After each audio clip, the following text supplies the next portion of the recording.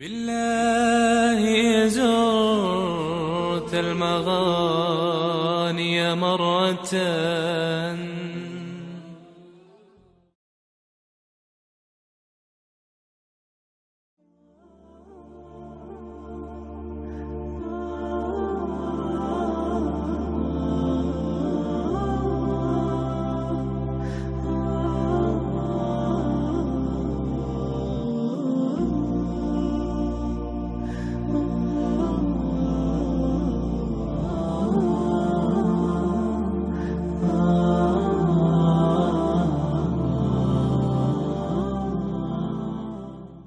Assalamu alaikum everyone, and welcome back to another episode of iJihad, a web series dedicated to deconstructing anti-Islam polemics while providing our viewers with the most accurate information on Islam and the Muslim world.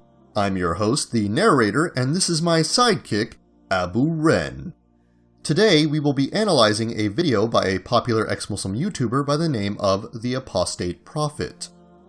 Hey Abu, can you fetch me the case file on our new target? Thanks. Let's see here.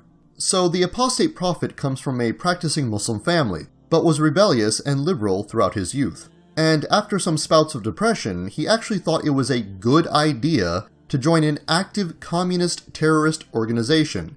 However, after some time, he decided to leave that organization and start practicing Islam. Not surprisingly, after a measly 4 years, he became an apostate. And as a result of all this, he's now apparently an expert on the subject.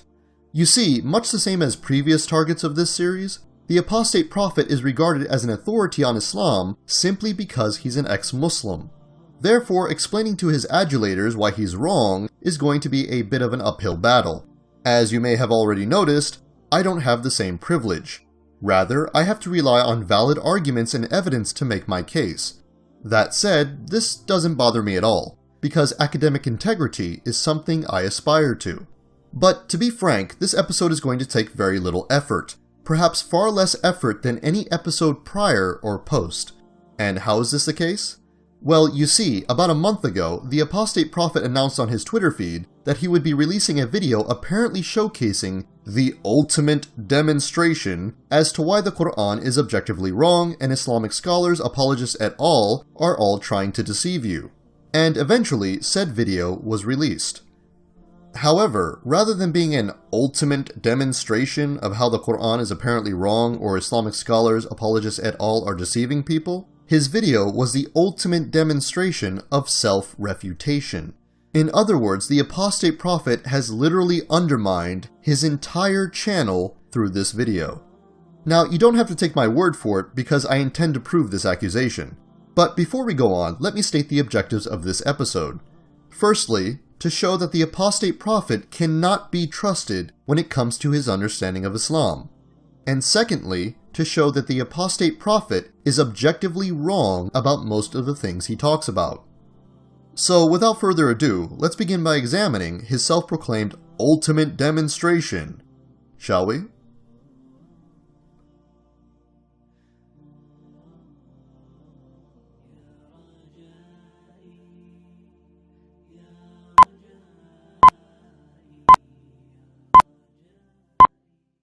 I want to show you how Islamic scholars, apologists, and translators of the Quran shamelessly deceive people. And this video is especially important for Muslims to watch, because you will see that Islamic scholars do everything to misrepresent the Quran and corrupt the Quran, which they consider Allah's word, just to keep Islam from being wrong. If you're a Muslim, at the end of this video, your trust in both Islamic scholars and your holy book should be heavily shaken. In my former video, I took a Quran verse, chapter 10, verse 5, and pointed out that the Quran calls the moon a light, when in reality, the moon is neither light nor does it emit light. It reflects light coming from the sun. The reason the Quran uses shining light for the sun and nur, light, for the moon is obvious. The sun looks like this and the moon looks like this. Let's look at regular, old, classic translations of this verse. As you can see, the classic translations accurately translate that part of this verse, in which the sun is a shining light, a shining object, and the moon is a light. These translations are still honest, because back then we didn't care much about reality and science, and there weren't many critics of Islam who pointed out flaws in the Quran. But now let's come to a more modern translation. It is the first English Quran translation that you find when you Google Quran or when you search for a Quran verse. Sahih International, currently the most widespread Quran translation online. It is he who made the sun a shining light, and the moon a derived light, and determined for its phases. Whoa, do you see that? It says derived light, or a reflected light, although it doesn't say such a thing in the original verse. It just says nur, and the word nur means simply light. In the Arabic text, it only calls the moon a light. The same thing can even be found in another verse, chapter 71, verse 16. Again, the Quran calls the moon a light, but the Sahih International translation adds its own words to the verse and calls it a reflected light or a derived light. Adding words in order to make the Quran look correct is a corruption.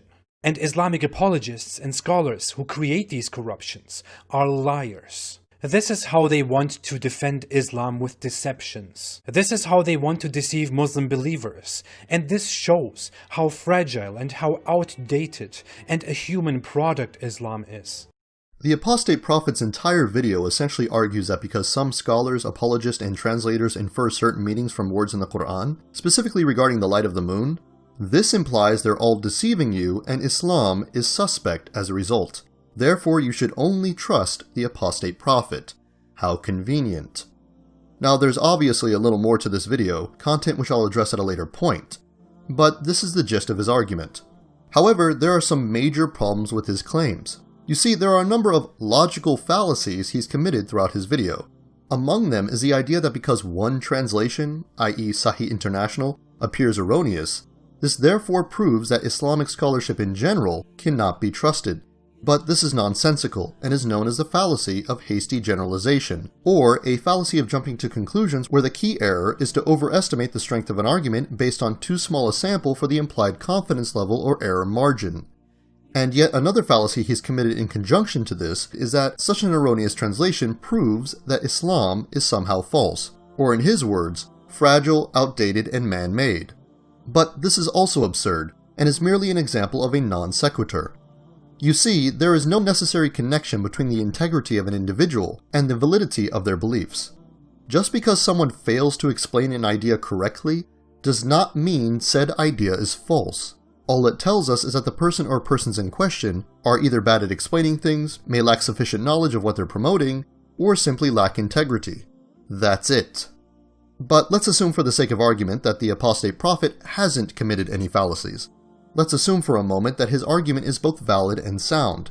If we buy into his reasoning, we must therefore also come to another conclusion, that the Apostate Prophet himself cannot be trusted and all his claims are objectively wrong. How so? Well, take for example one of his previous videos on the nature of jihad. Let's talk about the meaning first. The term jihad comes from the word for struggle or effort. That means that people who claim it's just struggle are not entirely wrong. The word is indeed struggle and effort, but that's not all. Of course, you can just take the literal meaning of the word jihad and reject any kind of factual criticism of the concept of Islamic holy war, but that would be ugly and dishonest. The term stands for much more than what a totally stupid campaign once claimed it does.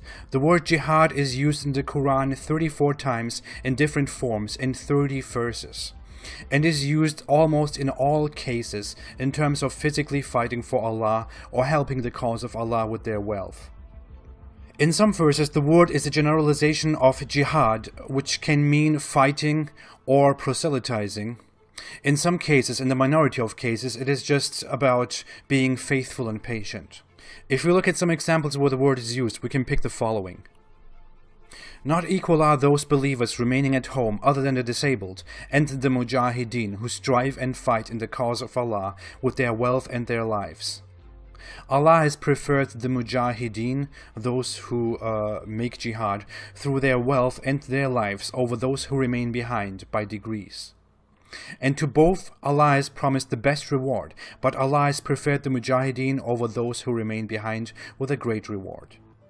This is chapter 4, verse 95. Another example, chapter 61, verse 11, is, "It is that you believe in Allah and His Messenger, and strive in the cause of Allah with your wealth and your lives. That is best for you, if you should know." Another example of jihad in the sense of fighting is, "O Prophet, fight against the disbelievers and the hypocrites, and be harsh upon them, and their refuge is hell, and wretched is the destination." And a final example is, "The ones who have believed, emigrated and striven in the cause of Allah with their wealth and their lives, are greater in rank in the sight of Allah, and it is those who are the attainers of success." All these verses that I just took as an example are examples where the word jihad is literally used for fighting in the cause of Allah.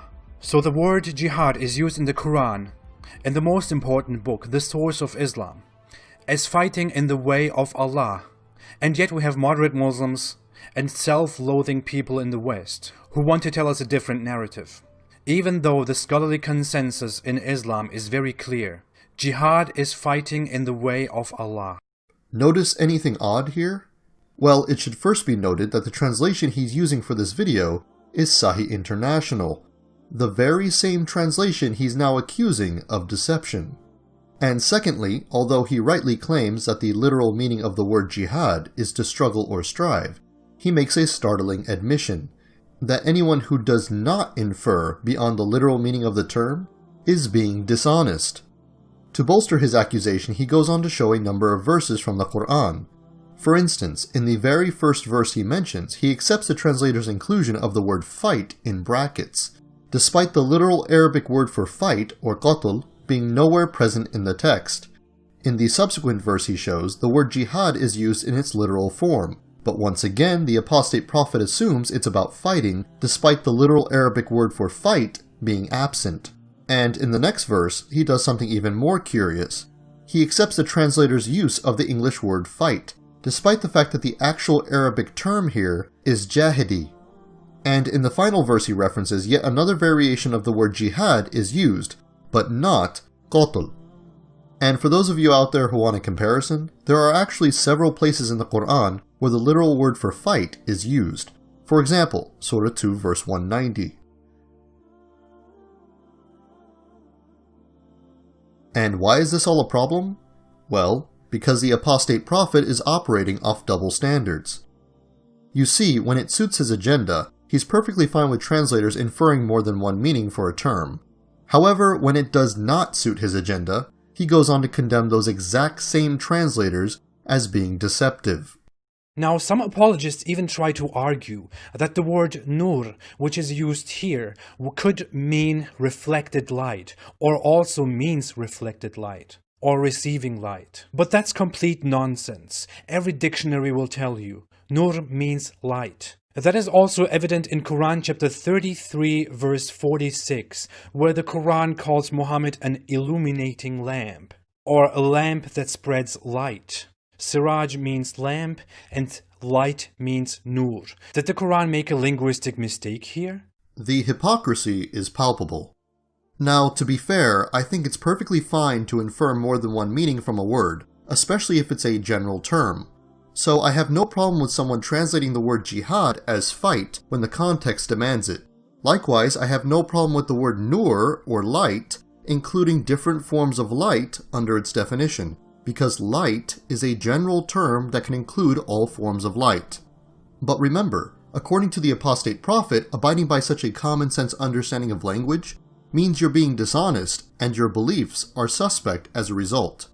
In summary, the apostate prophet has effectively demonstrated by his own reasoning that he himself cannot be trusted, and all his claims are invalid. Now, I want to reiterate that I don't find the apostate prophet's reasoning convincing. I just find it amusing how easy it was for me to completely destroy his credibility in just a few minutes.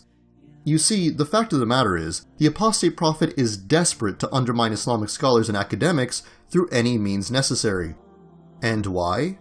Well, because he realizes that most scholars and academics disagree with his nonsensical views, and he wants to bolster his image as an authority to his gullible audience. An audience that has yet to realize that the apostate prophet is simply cherry-picking the very scholars he claims you don't need in order to study Islam. But he does say something in another tweet that I happen to agree with. Islam requires a great deal of time and effort to study properly, but what it also requires is a great deal of integrity and a proper research methodology. Qualities which scholars of Islam and academics like myself are formally taught and obligated to uphold. Qualities which the apostate prophet clearly lacks.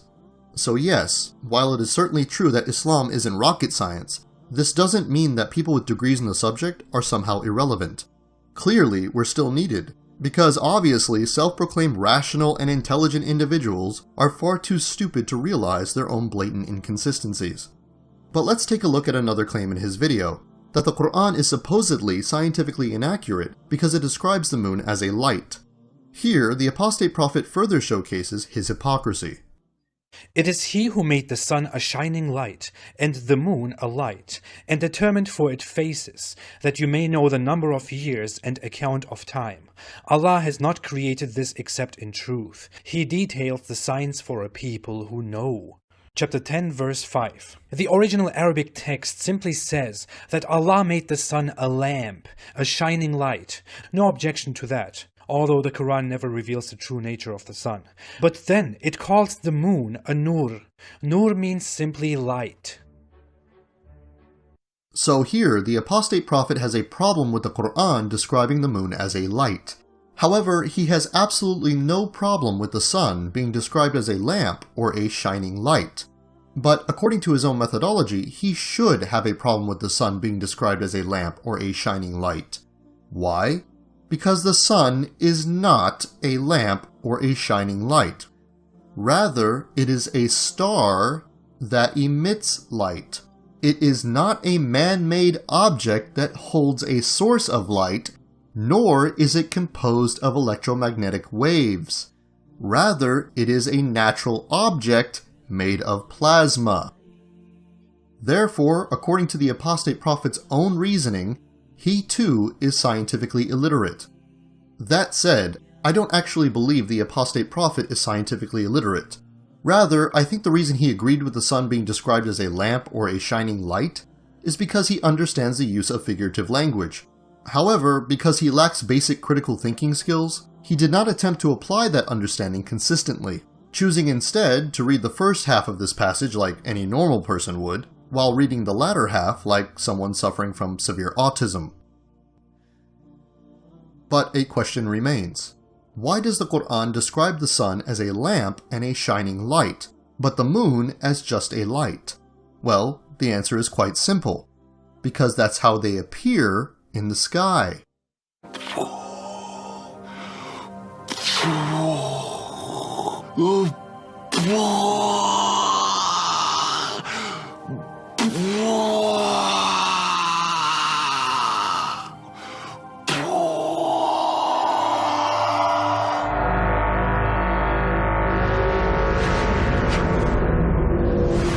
Thus, there is no reason to suggest that this passage is meant to convey a scientific understanding of these two objects.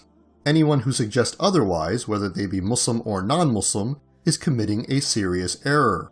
And yes, I'm even calling out Zakir Naik here. For more information as to how the Quran should be read, please refer to my lecture titled Science and the Quran, A Forced Marriage. In conclusion, if this is the apostate prophet's ultimate demonstration, i.e. his best possible attempt at criticizing Islam, then there is little else I can say but this. What you just said is one of the most insanely idiotic things I have ever heard. At no point in your rambling, incoherent response were you even close to anything that could be considered a rational thought. Everyone in this room is now dumber for having listened to it. I award you no points, and may God have mercy on your soul. Prior to ending this episode, I'd like to give a closing analysis. Undoubtedly, the apostate prophet and his followers are going to take offense to my video and the tone I've used throughout. In fact, he has on numerous occasions shown his sensitivity to insult, often inferring that Muslims simply don't like him because he's an apostate who criticizes Islam. But I assure my viewers that the reason I'm dealing with him in this manner has nothing to do with his poor attempts at criticism, nor with him being an apostate. Quite the contrary, I'm happy he's criticizing Islam, because it gives me additional material to use to strengthen the faith of my audience. Likewise, I am absolutely relieved that he's left Islam. And why? Well, frankly, because we already have enough idiots trying to represent our religion. So the fewer, the better. Well, I would say like this. I grew up into a religious Muslim family, but in my childhood, in my teenage years, I wasn't very receptive to my parents teaching me about the religion and trying to make me pray and things like that. I was always rebellious against it. I always had kind of an independent mind. So I was never really into that. But we moved to Turkey when I was 16 years old. I went through major depression when I was in Turkey. I found myself identifying with things like communism. I was very for quite a long time in my so for some time I was a communist, and I really went very far because I had major issues, major depressions with going back to Turkey and so on, and I found myself openly supporting, even at school, this illegal city. How is it called? Illegal guerrilla organizations, illegal terrorist communist organization, revolutionary organization. I was in an identity crisis. At first I met nationalism, Turkish nationalism, and rejected it as soon as I understood it and saw how nationalists in Turkey are. After a while, I became interested in communism and the idea of revolution and independence, fighting global imperialism. And I was actually part of that and joined a youth organization of an illegal terrorist organization in Turkey. But after studying communism thoroughly for 2 years, I thought it's unrealistic and nonsense. So apparently the apostate prophet only left the terrorist organization because he finally realized Marx's labor theory of value was nonsense. Not because, targeting and killing innocent people is wrong or anything.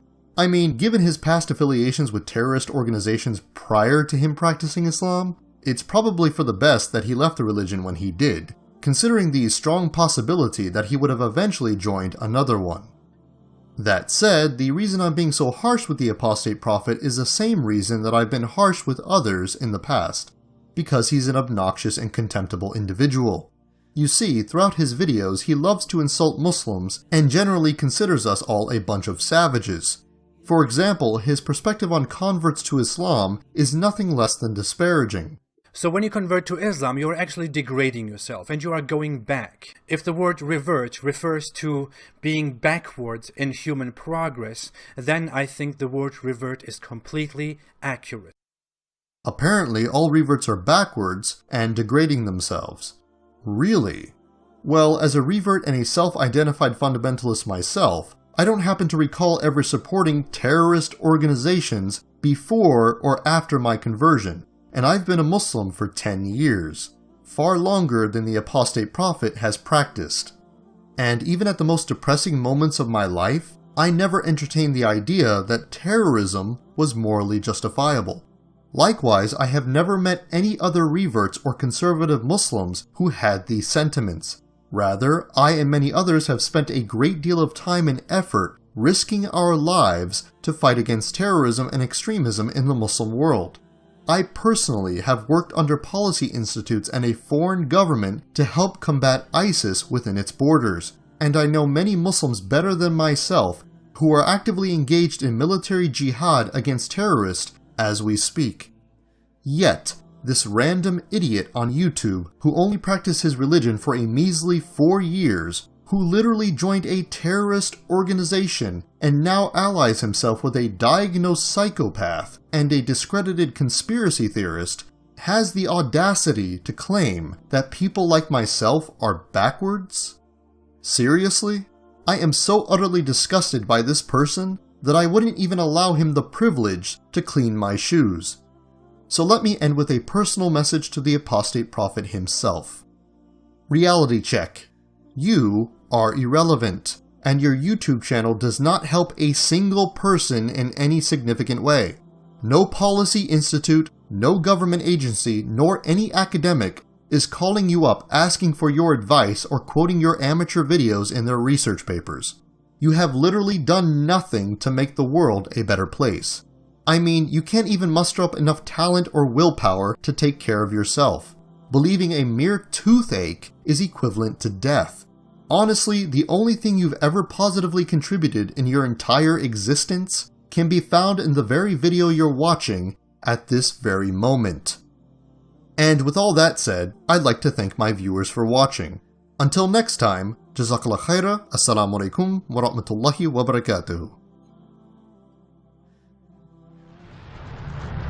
من البهو هبت رياح هباء فطار القصيد يحاكي الهوى رياح السموم وكف الغيوم تنادي ألا من جلا من البهو هبت رياح هباء فطار القصيد يحاكي الهوى رياح السموم وكف الغيوم تنادي ألا من جلا فسوف يحاك لكم أمتي يريد الفناء ورب السماء فيا أمتي أنصتوا واسمعوا فجل الأمور بدت في خفاء قنابلهم كالسموم تدار فما من صدوق وما من إخاء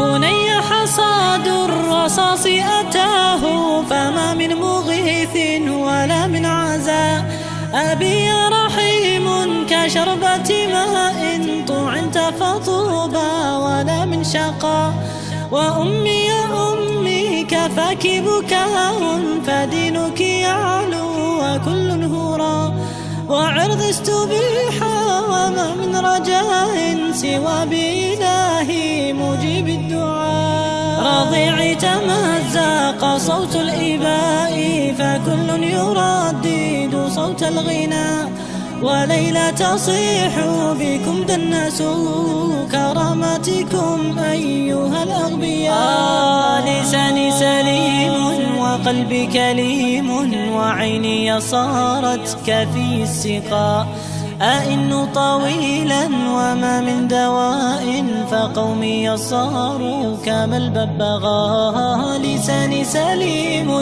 وقلبي كليم وعيني صارت كفي السقاء أئن طويلا وما من دواء فقومي صاروا كما الببغاء فهل حلول تعين السريبا وأين الصمود وأين الإباء ونحن ننام كأهل الرقيم وفي غفلة قد يحل البلاء وأرجو الإله يزيل العناء ويرسل جندا كديم السماء ليعلو الكتاب ويخبو سواه وينصر جندا ألح الدعاء ليعلو الكتاب ويخبو سواه وينصر جندا ألح الدعاء